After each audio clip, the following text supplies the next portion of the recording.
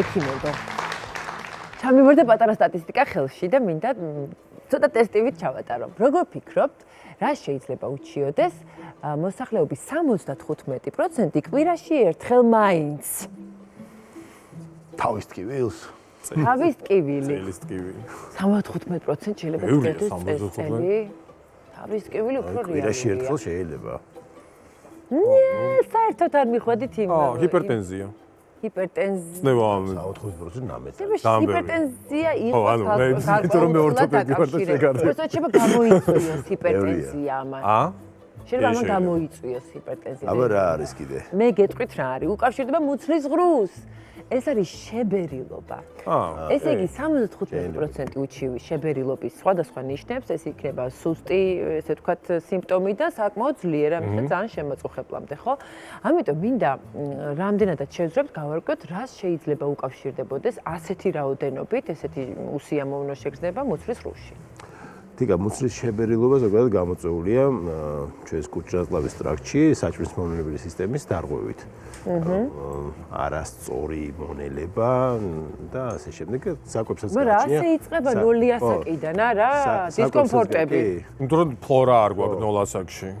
ხო და მე რო გვაქვს ფლორა, მე მაინც გვერევა. მე ვურევთ იმ ფლორას. ვურევთ ფლორას ყველაფერს. კი ბატონო და ეს ყველაფერი რისგან არის? ჰაერის დაგროვება, ხო, აირების დაგროვება მუცელში, რაც მართლა შებერილობას იწვევს. შეიძლება სითხის ეს თქვა შეკავებაც მოხდეს ორგანიზმში, ხარიან ესეც თავისთავად შებერილობას გამოიწვევს. შებერილობა როგორც ესეთია, ძირითადად არ არის რაღაც საშიში მდგომარეობა, თუმცა შებერილობა იშვიათ შემთხვევაში, მაგრამ შეიძლება ასოცირებული იყოს რაღაც სერიოზულ პათოლოგიებთანაც, სერიოზულ დაავადებებთან. და ჩვენ გვილაპარაკია გაღიზიანებული ნაწლავის სინდრომზე თუ გახსოვს და აი 90% ადამიანებისა შეიძლება უჩიოდეს ზუსტად აი ამ ნაწლავის შებერილობას. ვისაც აქვს რა თქმა უნდა გაღიზიანებული ნაწლავის სინდრომი. და მოკლედ შებერილობა არის ან ნაწლავში გროვდება აირი, ხო? ანუ ის იბერება, ანუ ვიზუალურად წელის გარშემო წერილობა იზრდება. თუ მუცელი იჭიმება, ანუ პერიტონიუმი რაც გვაქვს ყველაზე ესეთი მგრძნობიარე არის ტკივილის მხრივ, ანუ იმას თუ ანუ ზეწოლა მოხდა, ანუ იქნება პლუს ტკივნეული. ტკივნეული. აქ იჭიმება, ხო და არის იმასავე დოლივით ხო მუცელი, გადაჭიმო.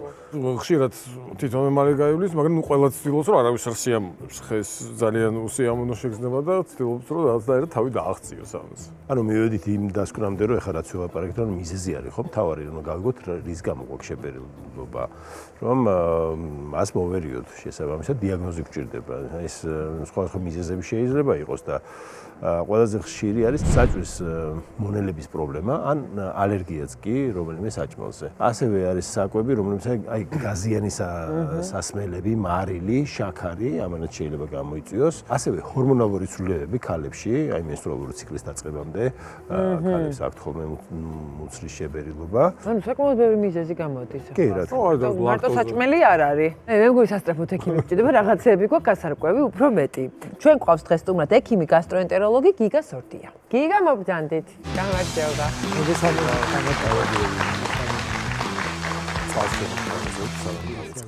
წყალი მთის მატვისა, ვისი ცხოვრება სავსეა ენერგიით. წყალი მთის 0% ბრომატით. გიგა, ჩვენ მიმოვიხილეთ სოფლიო სტატისტიკას, სადაც აღმოჩნდა, რომ 75% მოსახლეობის აწუხებს შებერილობა. დავინტერესდი ჩვენ თან რა ხდება საქართველოში. რამდენად უჩივიან? მოგესალმებით, მივესალმებით თქვენს ტელემაყურებელს, დიდი მადლობა კიდევ ერთხელ მოწვევისთვის. პირიქით მადლობა. სიმართლე გითხრათ, ესეთი ოფიციალური სტატისტიკა არ არის, შეგვიძლია პირადი გამოცდილება გაგიზიაროთ და გითხრათ, რომ ერთ-ერთი ყველაზე ხშირი მიზეზი პაციენტების მომართვის გახლავთ შებერილობა. და სიმართლე გითხრათ, ასევე ერთ-ერთი დიდი გამოწვევა და თავის ტკივილი, ერთი შეხედვით ესოდენ ესეთი არც თუ ისე ძალიან მძიმე ჩივილი, საკმაოდ დიდი გამოწვევა და თავის ტკივილი გასტროენტეროლოგებისათვის. საინტერესოა, რომ შებერილობა ესეთი ცალკე დაავადება არ არის, არის მდგომარეობა და ამ მდგომარეობას იწვევს ძალიან ბევრი დაავადება. დაახლოებით 40-ზე მეტია იმ დაავადებების რაოდენობა, რომელსაც ახასიათებს შებერილობა. შესაბამისად, თუ ჩვენ არ მოვახდინეთ დიაგნოსტირება, რამ გამოიწვია შებერილობა, შებერილობა ვერ იქნება ეფექტურად ნამართი. პირობითად რო გითხრათ, შებერილობა შეიძლება გამოიწვიოს პარაზიტებმა, შეიძლება გამოიწვიოს ნაწლავის ანთებამ, შეიძლება გამოიწვიოს ნაღულის ბუშტის ან პანკრეასის დაავადებას, რომელსაც თითოეულ მათგანს იზოლირებული დამოუკიდებელი მკურნალობა ჭირდება. თან აუცილებელია რომ ვიცოდეთ, რომ შებერილობის მიზეზი ამ 40-დან არის სავალდებულო, რომ მხოლოდ ერთი იყოს. შეიძლება იყოს ერთდროულად 4, შეიძლება იყოს ერთდროულად 12, ან შეიძლება ბევრად მეტი. შესაბამისად, ყველაზე დიდ გამოწვევას ამ შემთხვევაში წარმოადგენს დიაგნოსტირება. დიაგნოსტირება არ არის ექიმისთვის დიდი გამოწვევა, ხშირად პაციენტისთვის არის, ვინაიდან დამეთანხმებით, რომ ეხა იმისათვის რომ შებერილობის დიაგნოზი დავსვა და ვუმკურნალოთ, პაციენტი არ არის ხშირად მზად, რომ რამოდენიმე ათეული კვლევა გაიკეთოს და რასაც ცხადია ფინანსების ჭირდება და ზოგიერთი კვლევა ტექნიკურად არც ისე მარტივი გასაკეთებელია, მაგალითად კოლონოსკოპიური კვლევა, შესაბამისად დამყოლობა ხშირად მაღალი არ არის ხოლმე. და აი ამ 40 დაავადებიდან შეიძლება არც ერთი არ იყოს და უბრალოდ ცხოვრების წესი იყოს გამომწვევი? აბსოლუტურად სწორად ბრძანეთ. შებერილობა შეიძლება იყოს არა მხოლოდ პათოლოგიური დაავადებების გამოხატულება, არამედ ნორმალური, თქვათ, ან ნორმისგან გადახრასთან ასოცირებული მდგომარეობის გამომდინარე. მაგალითად, ჩვენ თუ მივირთვეთ ბევრ პარკოსნებს, მაგალითად, ლობიოს ან მივირთვეთ კომბოსტოს, ან ოსპს შეიძლება ჩვენ შებერილობა გქონდეს და ეს ბუნებრივი პროცესია და ეს არ ნიშნავს იმას, რომ ჩვენ რაღაცა როცა ასეთი საკვების მიღების შედეგად გვემართება განსაკუთრებული რესურსები გვჭირდება, რომ მოვიძიოთ და ვეძებოთ პრობლემა. თუმცა ასეთი შეიძლება იყოს იგივე მაგალითად პედაგოგები ბევრი საუბარი უწევთ, ექიმებსაც ბევრი საუბარი გვიწევს და შესაბამისად ორატორების პრობლემაც არის. შესაბამისად ამ დროს აეროფაგი არის გაძლიერებული. ანუ წამყვანებიც ხო შედიან ამ გასაკვირველია თქვენც შეიძლება იყოს ამ რისკის ქვეშ და ამ დროს ჩვენ შეიძლება ბევრი ჰაერი გადავყლაპოთ და ეს ჰაერის ნაწილი ამოდის ზემოთ, მაგრამ ნაწილი ჩადის დაახლოებით 1500-დან 2000 მილilitrამდე ჰაერი ხდება ხოლმე ჩვენს კუჭში, ნაწილი მოხდება ნაწლავებში და მოგვცევს შებერილობას. დანიშნულოვანია რომ განვასხვაოთ არის შებერილობა, არის მეტეორიზმი, არის დაჭიმულობა. როგორც წესი აირების დაცლის, ასე ვთქვათ, უნარი არ არის ხოლმე, ხო ესეთ დროს, ხო? ესე როგორც ვთქვა, ფიზიოლოგიურად, ხო, რაღაც ისეთი შებერილობა, რომელიც არ გულისხმობს მაინც აირების გამოყოფას. შეიძლება ამის შებერილობის მიზეზი, შებერილობა გამოვლინდეს ისე, რომ ვთქვათ, აირების გამოყოფის მიუხედავად მაინც რჩებოდეს ან შეზღუდული იყოს ეს მაინც სუბიექტური შეგრძნებაა. ანუ პაციენტი რასაც აღწერს, ეს შეიძლება მისი სუბიექტური შეგრძნება იყოს და ჩვენ ამისი შეფასება რაიმე კვლევით ბოლომდე არ შეგვეძლოს. მეცად გეტყვით, კვლევები დადასტურებულია, რომ შებერილობის 52% არის ფუნქციური დარღვევების მანიშნებელი, ანუ მისი ეტიოლოგია არის ფუნქციური დარღვევები. ანუ ძირითადად არაორგანული პათოლოგიები, ანუ არადაზიანებით მიმდინარე დაავადებებია ხოლმე და ასეთი დარღვევები ძირითადად კავშირშია მენტალურ ჯანმრთელობასთან და სტრესთან. შესაბამისად, ის პაციენტები, რომლებსაც ან ცუდი ხარისხის ძილი, ან სტრესული სამსახური, ან მენტალური ჯანმრთელობის დარღვევები აქვს, სწორედ ისინი არიან ყველაზე მეტად მოწყვლადი ამ ჩივილის მიმართ. შესაბამისად, მათი მკურნალობის მნიშვნელოვანი ტაქტიკა გადის მათ შორის მენტალური ჯანმრთელობის დარღვევაზე, იმიტომ რომ მყავს ყოლია და მეყოდება კიდევაც ესეთი პაციენტები, რომელთაც, ასე ვთქვათ, მენტალური ჯანმრთელობის მოგვარების კვალდაკვალ, ძილის მოწესრიგების კვალდაკვალ, შებერილობის შეგრძნობა უკრებათ. აი ვთქვათ, არ არის დიაგნოზი დასმული, ვთქვათ, ეს მუდმივად შებერილობა აქვს. ამან შეიძლება გამოიწვიოს თქვა თვითონ კუჭნაზლავის დაზიანება, მეორე პირიქით რომ ხო, ხშირი შებერილობა ქონდეს და თქვა კუჭნაზლავის დაზიანება მიიღოს. ეს შესაძლებელია. ნახეთ, შეიძლება შებერილობა გამოხატავდეს პირობითად ნაწლავის ანთების მდგომარეობას. შესაბამისად, თუ ის ნაწლავის ანთების მდგომარეობას გამოხატავს, ის უკვე შედეგია და არა მიზეზი. შესაბამისად, თუ ამისი დიაგნოსტირება მოხდება, რაც არ არის მარტივი ნაწლავის ანთების დიაგნოსტირება, ეფექტური იქნება მკურნალობა. მე მქონია უამრავი შემთხვევა. მაგალითად, მქონია შემთხვევა, რომ შეფერილობის მიზეზი თქვენ წარმოიდგინეთ და ყოფილა ორსულობა და ჩემთან მოსულა პაციენტი და მე დაგვიდგენია რომ პაციენტი იყო ორსულად, იმიტომ რომ ვერ დაუშვა პაციენტը, ვისაც 17 წელი არ ყავდა შვილი, მომხდარიყო, დიახ, ესეთი შემთხვევა მქონდა და შეფერილობის მიზეზი შეიძლება ყოფილიყო უმარტივესი, ვთქვათ, სტრესის ფაქტორი. შესაბამისად, შეიძლება ყოფილიყო ნაწლავის ანთებითი დაავადება. ძალიან ბევრი მდგომარეობა. ამიტომ ერთი შეხედვით, ამიტომ არის ჩვენთვის ყველაზე დიდი ესეთი სირთულეს, იმიტომ წარმოადგენს, რომ სიღრმეებში არის, ვთქვათ, შეფასება აუცილებელი და ეფექტური მკურნალობა მხოლოდ არის. ამიტომ პირველ რიგში ექიმს არ უნდა გამოჩნდეს, როცა შეფერილობა აქვს პაციენტს, სერიოზული დაავადებები, რომლებიც შეფერილობით შეიძლება იყოს. ანუ ყველა საშიშით იწყება. ყველაზე საშიშით გამოიწვია და იქ უნდა დაიწყო. ანუ ამ დროში რაღაცა მარტივთან ჩამოხვიდე, მაგრამ ეს უმეტესწილად შეიძლება იყოს მარტივი, მაგალითად ლაქტოზის აუტანობა, რომელიც ჩვენი მოსახლეობის 20-დან 40%-მდე მოსახლეობას აქვს, სოფლიო მოსახლეობას სხვადასხვა კვლევით შესაბამისად, არაფერი ამ დროს შეზღუდავს გარკვეულ პროდუქტებს და მისი ეს დისკომფორტი შეიძლება მოიხსნას. იგივე მაგალითად შეიძლება იყოს სხვადასხვა ფლორის დისბალანსი, მაგალითად სასარგებლო ბაქტერიების ჭარბი რაოდენობა, ან პირიქით შემცირება, ან პათოგენური ბაქტერიების მატება და ასე შემდეგ. შესაბამისად, ესენი მნიშვნელოვან რისკ ფაქტორს არ წარმოადგენენ ადამიანის სიცოცხლისთვის. უფრო ცხოვრების ხარისხზე ახდენენ გავლენას.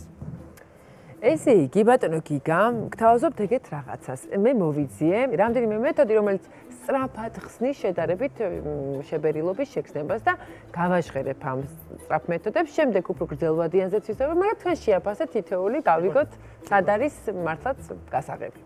ესე იგი, პირველი არის ფიზიკური აქტიურობა, რომელიც დავუშვათ მომნელებელ სისტემაში გააქტიურებს იმ პროცესებს, რაც არის საჭირო და შესაბამისად მოიხსნება შეფერილობის განცდა. ეს ერთი, მუცლის მასაჟი, ასეც გვირჩევენ, მარჯვენა თეძოდან უნდა დავიწყოთ და ხო არის მარჯვენა კი, ავიდეთ ზემოთ, საათის ისრის მიმართულებით, როგორც ვთქვი, ჩამოვიდეთ მარჯვენა. არ ვიცი ესე წავიდეთ, ნახე. კაია თუ ცუდია ეს რომ მივყვები. ნახე, ავედი, გადმოვედი, ჭიპის თავზე ჩამოვედი. მაგრამ თუ კი დავუშვათ ტკივილი გაძლიერდა ასეთ დროს, რა თქმა უნდა, სასწრაფოდ უნდა შეწყვიტოთ ეს მოქმედება, მაგრამ თუ რაღაც შვება იგრძნო ადამიანმა, შეგვიძლია რამდენიმე მოძრაობა გავიმეოროთ მსგავსად.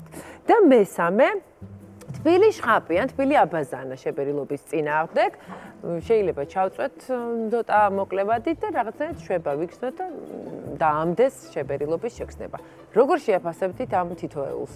ნამდვილად ცხადია, ბუნებრივია მივესალმებით ფიზიკურ აქტივობას, განსაკუთრებით მუცლის პრესის დატვირთვას, აქ სისხლის მომრაგებლად იზრდება, პერისტალტიკაც ძლიერდება და შესაბამისად სიმპტომები ნაკლებად არის დამახასიათებელი. მეორე, ახსენეთ უარსები ცხელი წყალი, ხო? კი, ეგეც იყო. ხო და ხო, პირველი და მეორე გავაერთიანოთ, ასე ვთქვათ, ფიზიკურ აქტივობაში. მესამე არის ცხელი წყალი, ჩვეულებრივი ანტისპაზმური ეფექტი აქვს, როდესაც ეს სპაზმი არ არის ნაწლავი და სანათური არის უფრო გაფართოებული, შესაბამისად ის რაოდენობის გაზი ნაკლებად არის შემაწუხებელი და პაციენტი უფრო კომფორტულად გზნობს თავს. საკებია.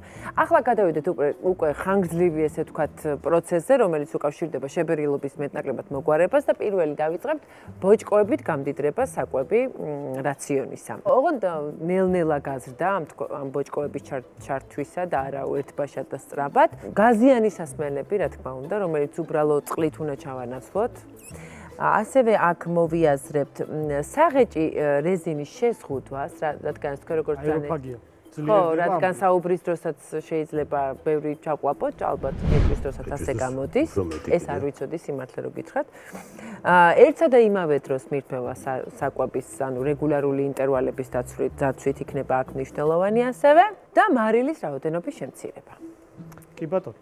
საკვები ერთ-ერთი მნიშვნელოვანი ფაქტორია.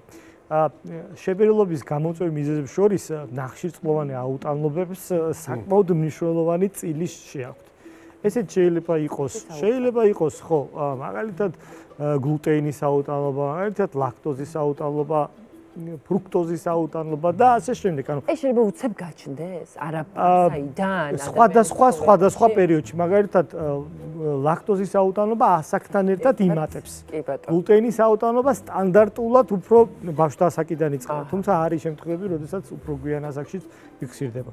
ამიტომ ფერმენტოპათიები ეგრეთ წოდებული, ეს შეიძლება გქონდეს და შეფერილობის ერთ-ერთი მიზეზი. სწორედ ასეთი მიზეზების დადგენას აგვაქვს ჩვენ ამის ტესტები და შეგვიძლია ჩვენ ამ ტესტებით განსაზღვროთ და ეგრეთ წოდებული დატვირთვის ტესტები ვტვირთავთ ამა თუ იმ პროდუქტით და მასზე განვითარებული სხვადასხვა რეაქცია მეტყველებს ვიტანთ თუ ვერ ვიტანთ ამ საკვებს.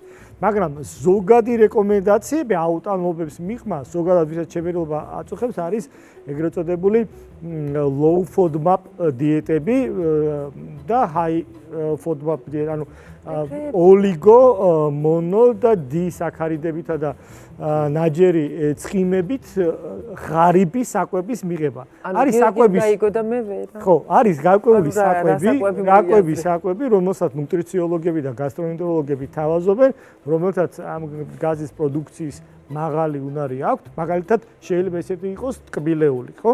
აი ჩვენ რო ბევრ ტკბილეულს მივიღებთ, ის ჩვენი ფლორა, რომელიც წვირი ნაწლავში ამას ძალიან ხარვად გამოიყენებს, ძალიან გამრავლდება სედიმენტად და ესეც კი შეიძლება იყოს ჩვენი შემაწუხებელი. ამას ქვია ბაქტერიების ჭარბად ზრდის სინდრომი, რომელიც შეფერილობის ერთ-ერთია. ჩვენ მანამდე ვიცოდით ეგრეთ წოდებული დისბაქტერიოზი, მაგრამ დღეს ასევე ძალიან მეტობაც კი პრობლემურია და ამას ვიგრძნობთ, რომ შევჭამთ აი ამ ტკბილეულს, მოვიხმართ და ჩვენ შეფერილობა ეგრევე მოგვემატება.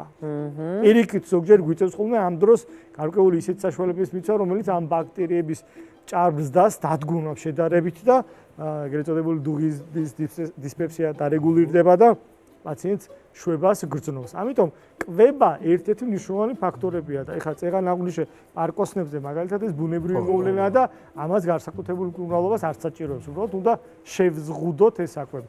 თან თიკა მინდა ვთქვა, რომ ყველაფერი არის მაინც ინდივიდუალური.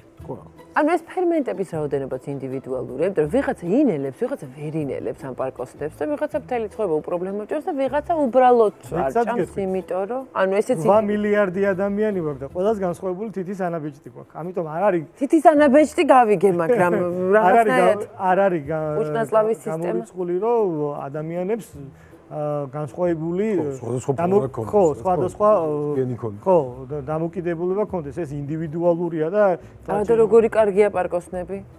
კარგია, მაგრამ ზომიერება არის ყოველთვის ოქროს შუალედი. კარგით, პარკოსნები ვახსენეთ და რაღაცად მეტნაკლებად ვიცით, რომ ისინი არიან შეფერილობის გამომწვევები. თუმცა არის კიდე პროდუქტების ჩამონათვალი, რომელიც შეიძლება ამავე გზას, ესე ვთქვათ, გავუყენოთ და ჩავთვალოთ, რომ არის შეფერილობის წყარო. პირველი ასეთი არის რძის პროდუქტია, თქვენ ახსენეთ ლაქტოზა და როგორც ჩანს, ასაკთან ერთად დგება ეს პრობლემაც. მეორე არის ლობიო და ოსპის პარკოსანთა ოჯახი, რომელიც ძალიან სასარგებლოა და გვიყვარს, მაგრამ ახასიათებს შეფერილობა. შემდეგ მთელი მარცვლეული და მთელი მარცვლეული დამზადებული საკვები და ასეთი შეიძლება იყოს პური, გლუტენის აუტანლობის ამ. ძალიან მეწყინა. ფაფები. კი ბატონო. აი ერთ ბაშად რო დიდი ესე ვთქვათ ბოჭკოების რაოდენობა შემოდის, ესეც არ ვარ როგორც ჩანს. ახლა უკვე წამოვიდა გაზიანი ტკბილის სასმელები, რა თქმა უნდა. არაგაზირებულიც ალბათ ტკბილი წვენებიც, მათ შორის შეიძლება ჩავთვალოთ. და მეხუთე პროდუქტი ლუდი ასევე. ლუდის მოტრფიალენის ხედა ნაკდა რა თქმა უნდა. გააჩნია როგორ არის დამზადებულიო. მე-6 პროდუქტებში მოვიაზრებთ კომბოსტოს, ბროკოლის, რომლებიც ასევე ცნობილები არიან როგორც ესე ვთქვათ, გაბერვის წყარო და შეფერილობის მომტანი და ასევე ხილი, რომელიც სეზონზე ახალიაო. ამბობენ, რომ ის როდესაც გადაჩვეულია, ასე ვთქვათ, ნაწლავი კონკრეტული რაღაც ნივთიერებების მონელებას, შემდეგ ერთბაშად მიწოდებული ეს ნივთიერებები შეიძლება შეფერილობის და სხვადასხვა დისკომფორტის მიზეზი გახდეს. ამიტომ რჩევა წერია, რომ აი ცოტა ულუფით უნდა დავამატოთ, უბრალოდ მივიღოთ და რაციონს შევმატოთ და გავაბდიდროთ აი სწორედ ამ პროდუქტებით, რომელიც არის სეზონისთვის ახალი. ყველა ეთანხმებით ხო? რამე ხო არ არის კიდე რაც არ მოხდა ამ სიაშე და თქვენს არა, ძირითადში ყველაფერს ვიზიარებ, ისევ მინდა აღვნიშნო, რომ არ ნიშნავს მოდი მოსახლეობამ ესე არ გაიგოს, რომ ამ პროდუქტების მიღებას ჩვენ უგზავნავთ რა. ვგზავნავთ. არა. თუ გამოირიცხება კონკრეტული პათოლოგიები, მას შემდეგ რაც გამოირიცხება კონკრეტული პათოლოგიები, პირველ რიგში პათოლოგია უნდა გამოირიცხოს, ინდივიდუალური მიდგომის საფუძველზე უნდა შეითავაზოს პაციენტს ჯანსაღი კვების რეკომენდაციები, მათ შორის ნუტრიციოლოგის ჩართულობით და მათ შორის თუ პაციენტს რამე პროდუქცია აქვს განსხვავებული დამოკიდებულება, უნდა თვითდაკვირვებაც აწარმოოს, გარკვეული აღრიცხვაც უნდა აწარმოოს და ასეთი ტიპის საკვებთან უნდა იყოს ფრთხილად. არის ეს და ეს. მოზომილად, რასაკვირველია.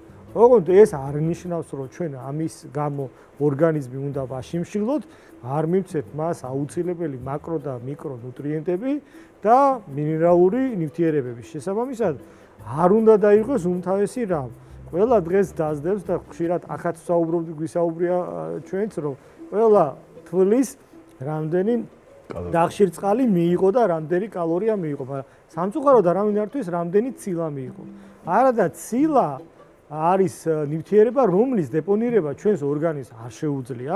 ცილა უნდა მივიღოთ ყოველდღიურად, განსხვავებით ნახშირწყალი და ცხიმი ჩვენ მისი დეპონირება შეგვიძლია და თუ ჩვენ მივიღებთ ცოტა ცილას და ეს ცილოვანი პროდუქტები ხშირად კომბინაციაში არის ნახშირწყლოვან ან ცხიმოვან პროდუქტებში და ჩვენ და ეს დაკვირვების გარეშე იმათი შეზღუდვის ხარჯზე, როცა ვიღებთ მათ შორის ცილის შეზღუდვას, ნიშნავს ეს, რომ ორგანიზმმა უნდა გამომიმუშავოს ცოტა ფერმენტი, შესაბამისად ცოტა ფერმენტი ნიშნავს, რომ ცუდად მოინელოს საკვები, შესაბამისად თუ ცუდად უნდა მოინელოს, გვექნება სხვადასხვა სიმპტომები, ცოტა ცილა ნიშნავს ცოტა ჰორმონს, ცოტა ჰორმონი ნიშნავს ცუდ მეტაბოლურ პროცესებს და ასე შემდეგ, იმიტომ რომ ცილა არის უნივერსალური ნივთიერება, რომლის მიღება ორგანიზმის ნორმალური ცხოველგործობის არის აუცილებელი. ამიტომ ხელაგებით ესე რომ აგრძალვების სიარული არ არის სწორი.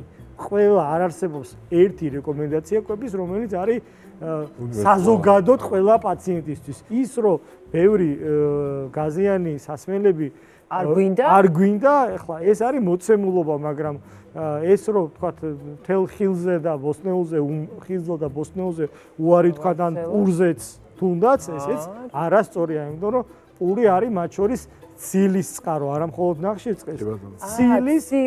ცილის უნივერსალური წყარო არის, განსაკუთრებით თქვენს მიერ ნაჩვენები რუხი პური და ბოჭკოს მაღალი შემცველობით ხასიათება, ასევე მცენარეული ბოჭკოს შემცველობით ხასიათება პური და ხშირად პერისტალტიკისთვის ეს აუცილებელია, იმიტომ მცენარეული ბოჭკო განაპირობებს ზუსტად კარგ პერისტალტიკას და თუ არ გვექნება კარგი პერისტალტიკა, შეფერილობა უფრო შემაწუხებელი იქნება. ძალიან დიდი მადლობა გიგა, როგორც ყოველთვის თქვენ გავისმენთ ხოლმე ძალიან მნიშვნელოვან, ძალიან სწორ რჩევებს და მიხარია რომ ჩვენი მაყურებელი სწორედ შეესწრო ამ ამბავს და მართალია ბევრი გამომწვევი მიზეზი აქვს, თუმცა რაღაცების გაკეთება ჩვენ შეგვიძლია დაკვირვებისთვის მინიმუმ და შემდეგ უკვე თუ კი არ მოგვარდა შეფერილობის პრობლემა, რა თქმა უნდა, ექიმი ყოველთვის ვთქვათ არის რომ დაეხმაროს პაციენტს. მადლობა გიგა დღეს ჩვენთან ერთად რომ იყავით.